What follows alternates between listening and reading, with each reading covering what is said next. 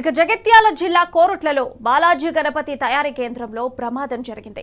గణపతి విగ్రహాన్ని తరలిస్తుండగా కరెంటు తీగలు తగలడంతో 9 మందికి కరెంటు షాక్ కొట్టింది. ఈ ప్రమాదంలో ఇద్దరు అక్కడికక్కడే దుర్మరణం పాలయ్యారు. ఆసుపత్రికి తరలిస్తుండగా మరొకరు చనిపోయారు. 6 తీవ్రంగా గాయపడ్డారు. గాయపడిన వారిలో ఇద్దరి పరిస్థితి విషమంగా ఉంది. క్షతగాత్రులను జగిత్యాల ప్రభుత్వ ఆసుపత్రికి తరలించారు.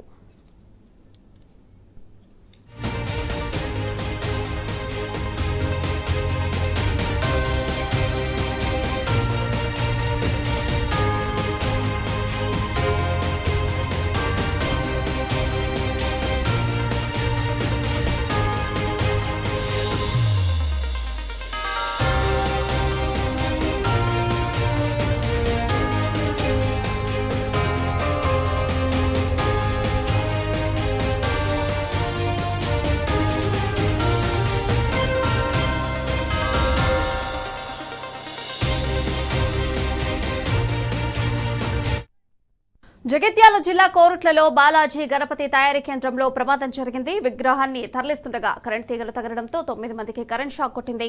ఈ అంశానికి సంబంధించిన సమాచారం మా ప్రతినిధి సందీప్ రావు ఫోన్ లైన్ ద్వారా అందిస్తారు. అయితే సందీప్ రావు, చెప్పండి, అసలు కారణాలేంటి ప్రమాదం జరగడానికి? అట్లాగనే 6 ఎవరైతే పరిస్థితి క్రిటికల్ గా ఉందో వాళ్ళ పరిస్థితి ప్రస్తుతం హాస్పిటల్లో డాక్టర్స్ ఏం చెప్తున్నారు?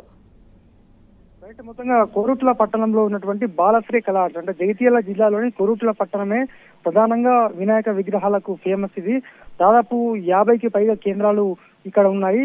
ఇక్కడ నుంచే వివిధ రాష్ట్రాలకు కూడా పెద్ద ఎత్తున విగ్రహాలు తయారిస్తారు. భారీ గణపతులు మొదలు చిన్న గణపతులు కూడా ఇక్కడ తయారు చేస్తుంటారు. ఈ క్రమంలో ఇవాళ అంటే తయారైనటువంటి గణనాథుల్ని రంగుల నిమిత్తము మరొక పక్క ఉన్నటువంటి షెడ్డుకు తరలించే ప్రయత్నం చేస్తున్నారు. ఈ క్రమంలో భారీ గణనాథులు కావడంతో వాటిని క్రేన్ సహాయంతో తరలిస్తున్నారు. ఈ క్రమంలో ఒక్కసారిగా ఎవరైతే క్రేన్ ఆపరేట్ చేస్తుండగా పైన ఉన్నటువంటి మేజర్ 11 kV విద్యుత్ వైర్లు క్రేన్ కు తగిలాయి. దీంతో మనం విజువల్స్ లో చూస్తున్నాం. దారుణంగా దాదాపు 9 మంది అక్కడే కుప్పకూలిపోయారు. అందులో 2 స్పాట్ లోనే మృతి చెందారు.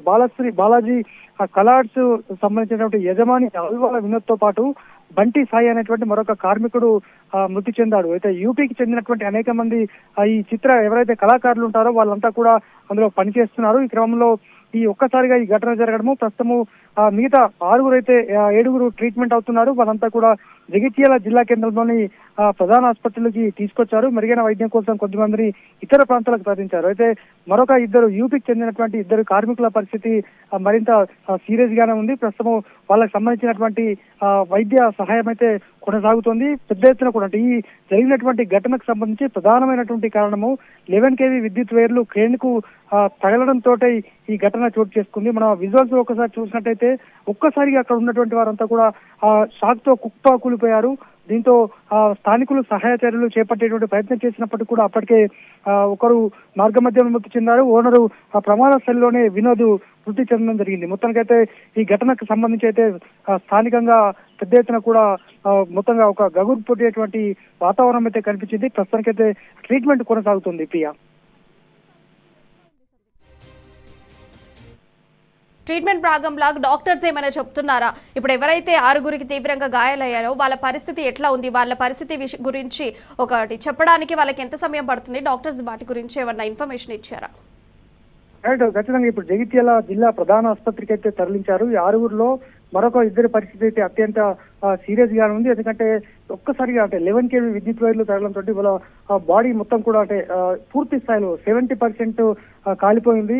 90% కాలిపోయినటువంటి వ్యక్తులు ప్రమాద స్థలంలోనే మృతి చెందారు. మరొక 2 అయితే అత్యంత క్రిటికల్ గా ఉంది వారి పరిస్థితి. వారికి పూర్తి స్థాయిలో కావాల్సిన విధంగా వైద్య సహాయం అయితే కొనసాగుతుంది. ప్రజాప్రతినిధులు కూడా అక్కడికి చేరుకొని అన్ని రకాల వైద్య సేవలు అందించాలని అయితే డాక్టర్లను కోరుతున్నారు. అయితే మొత్తంగా వారి 2 పరిస్థితి మాత్రం మరింత క్రిటికల్ గానే ఉందని ఇప్పటివరకు అయితే వైద్యులు చెప్తున్నారు. దాదాపు 24 గంటల పాటు అబ్జర్వేషన్ లో ఐసీయూలో ఉంచి వారికి అయితే ట్రీట్మెంట్ కొనసాగుతుంది. 24 గంటల తర్వాతనే చెప్పగలుగుతాం. ప్రస్తుతం కొద్దిమందిని అంటే ఇంకొక యూపీకి చెందినటువంటి మరొక 2 కార్మికుల పరిస్థితి కూడా మరీ అత్యంత విషమంగా ఉండడంతో వారిని కరీంనగర్ జిల్లాలోని కరీంనగర్ ఆసుపత్రికి, ప్రైవేట్ ఆసుపత్రికి కూడా తరలించారు. మరి చూడాలి, దాదాపు 24 గంటలు గడిస్తే వీళ్ళ పరిస్థితి ఏంటనేది మనకు ఒక క్లారిటీ వస్తుంది. Priya, right. Sandeep Rao, thank you.